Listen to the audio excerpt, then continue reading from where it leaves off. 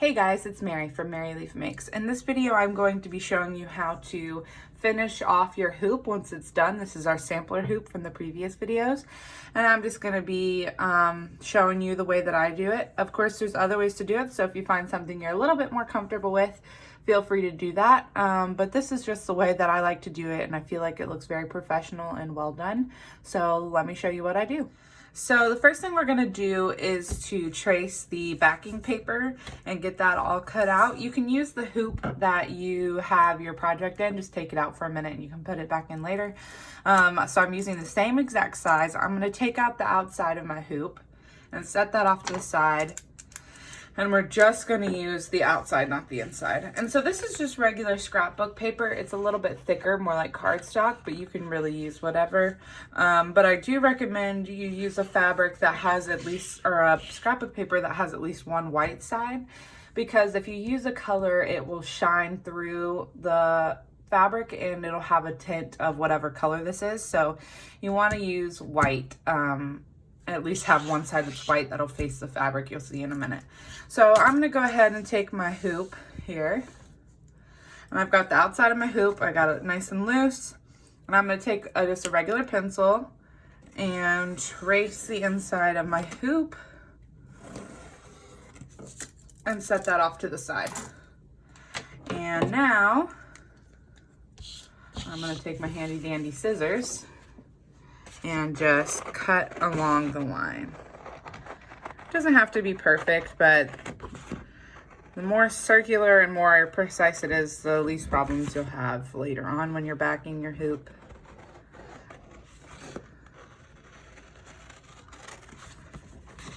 Just finish cutting this out, and then we will need to grab our hoop next with our finished piece in it and work on that. So just set this off to the side. All right, so now we're just gonna grab our finished hoop that we're working on. And the first thing we're gonna do is want to erase any of the lines from our heat erasable pen. And so I have my little heat tool. I don't have a hair dryer just because I don't blow dry my hair. And this is a lot easier than an iron. You can buy these at a craft store. They're usually used for making gift baskets with the plastic wrap to heat it up and shrink it. Works the same way. It's pretty much just a blow dryer, but it gets really, really hot. So I'm just gonna go quickly and make sure I erase all of my lines with my heat tool, whatever that might be. Get rid of any visible lines. Remember that you can use a hair dryer or take it out of the hoop and you can iron it. So all my lines are gone, and now I'm going to want to cut my excess fabric. So I've got my regular scissors, and what you're going to want to do is to cut along the edges here. But I would be careful of two things. You don't want to cut it too short, because what we're going to be doing here in a minute is folding over this fabric and gluing it to the inside of the hoop. So you don't want to cut it too short because then it won't fold over. And you don't want to make it too long because then the fabric will hit the back of the inside of the hoop and you'll be able to see it when you're looking at it. So just make sure as you're cutting, you'll kind of get an eye for it, that you're not cutting it too short or too long. Of course, too long is always better because you can go back and cut that later, but better to do it on the first round. And I'm just going to keep going around. Cut that all off, try to make it so where it's not too long or too short. And then some places where I think it might be too long, I go back and check, and that looks okay. So that is how we're gonna get ready to do the next part, which is gluing. So check that out in the next part of the video. All right, so now we got everything ready to put the glue on our hoop. Some embroidery artists just use a needle and a thread to close this up because they're worried about it staying safe, because if somebody presses too hard, it can pucker like this, and then there's no way to fix it once you glue it. But if people are gentle with the art like they should be, there shouldn't be any problem.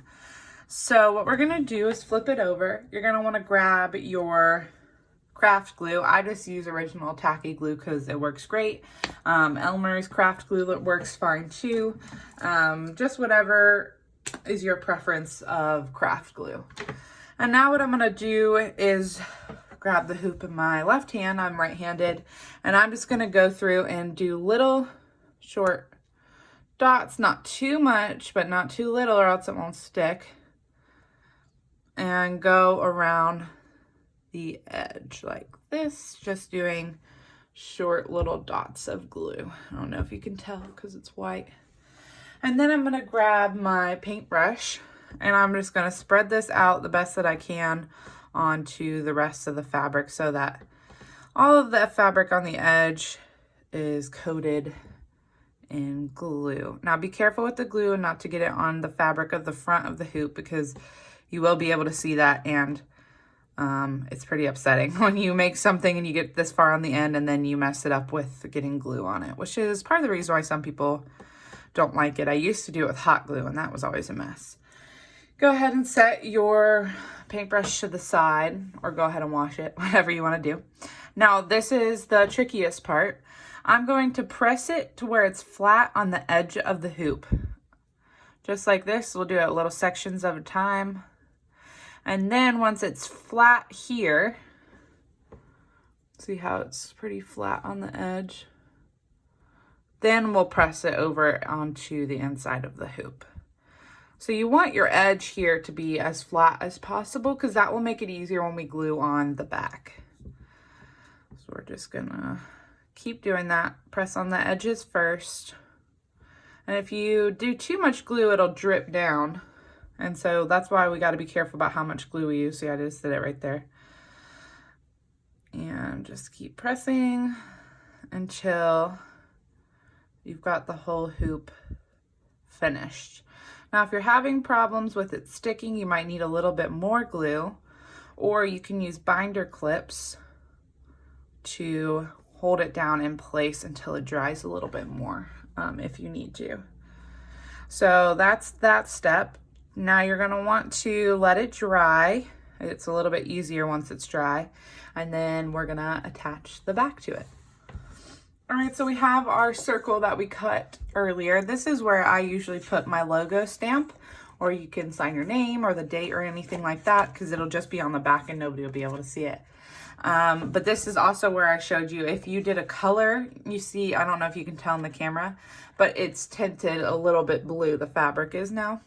So that's why we always use the white as the inside. And when you are checking before you glue to make sure it lines up, the paper should be resting where your fabric has laid over the hoop right here on the inside edge. It shouldn't be on the outer edge because then you'll be able to see it when it's hanging up. So if you need to trim it a little bit, but you also don't want it going inside of the hoop itself. So that is how I do that, just making sure it lines up good before I glue it down, because I've made that mistake before. So just set that off to the side, and then you're going to want to grab your glue again, put your hoop in your left hand, and this time we're going to do the same thing, but maybe a little bit more full, almost have glue everywhere on the hoop. Again, be careful of dripping because you don't want to ruin your hoop on accident. So now I've got it pretty much covered in glue around the edge right here. And now I'm going to take my hoop, put it down, and place my backing paper on top of it. Now, sometimes if you have some cardboard laying around, you can turn it down and press real hard. I don't have any as of right now, so I'm just pressing with my fingers. It might get a little bit messy. Be careful that your glue doesn't accidentally end up somewhere it shouldn't. And you see, you just want to press it down till you get most of the gaps gone. And then I usually take a paper towel or my finger and just wipe away the excess glue. You don't have to, it'll dry and look fine, but there you go. That is how you glue on the backing paper. So that is how I back my hoops. As you can tell, it looks really awesome and clean all around here. You just want to make sure that your glue dries before you do anything with it. I did want to give you a few things that you can do with embroidery hoops. The main thing being you can put a small nail in your wall or tack, and you can nail it through the inside of your hardware and hook it on there. If your hardware is too tight, then you can string a piece of string in between it and hang it up.